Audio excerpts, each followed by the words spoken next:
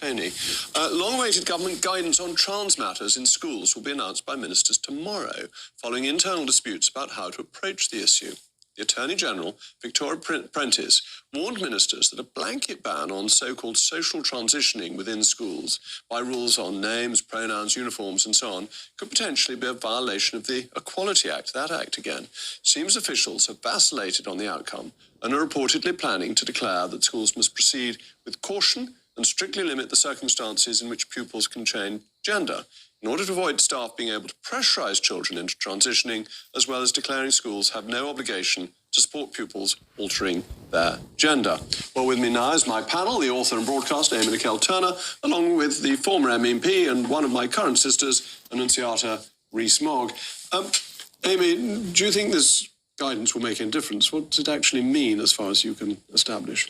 I'm really upset by this guidance. I think that this guidance has just reversed the whole issue. It's just rowing back on something that we know isn't effective. And it frustrates me to see politicians doing the job of medical bodies and psychiatric specialists who have said for a long time now that gender-affirming care and allowing social transitioning is so important to treating trans children. One doctor, Dr. Helen Webberly, she's written an open letter to Kemi Badenoch just warning about the consequences of not letting a child be who they are early on. She's likened it to cancer treatment. It's important that we get there early. The most important thing for a child is self-esteem. And crucial to underpinning all self-esteem is to let them know that it's okay to be who they are. And I think if you frustrate that... It's just not like cancer. But it's completely different. But then why do all the experts in the area that worked in this field they've all changed their mind. For years 20 years and ago they said it was a mental illness and they then changed their minds. The people working currently, the people I trust... Do not all. The people you trust may well, but there are actually an awful lot of experts questioning whether it is appropriate to always be affirming and not asking children who are, after all, still learning, still open-minded, are not formed adults, are not capable of adult decisions, but not even asking them to question why they were doing something, why they want that, what are their motivations.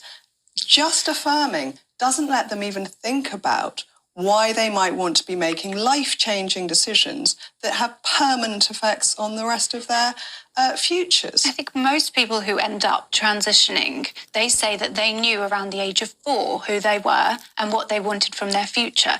And to frustrate that and to not acknowledge that or see it for what it is incredibly dangerous. And that's why the Tavistock Centre has been proved to be incredibly dangerous in and of itself, and it was all about affirmation. Absolutely incorrect. If you just push children, often with other issues, a lot of autistic children are going down this route as a proportion.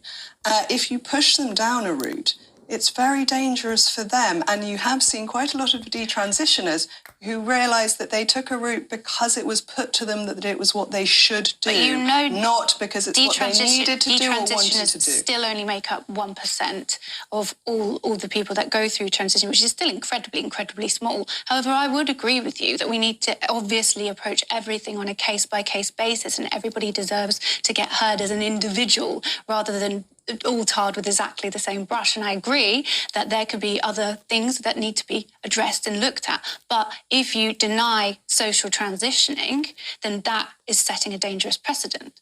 I think this legislation or guidance is heading in the right direction. But the fact that they can't change it, that the government can't make it as strong as they want because of the Equalities Act, I think shows a real problem. And back to the conversation you were just having, that it needs to be changed. Amy, isn't there an issue, though, that children need protecting? That I'm all in favour of freedom and of liberty and of people making choices for themselves, but the one area where that doesn't apply is for children.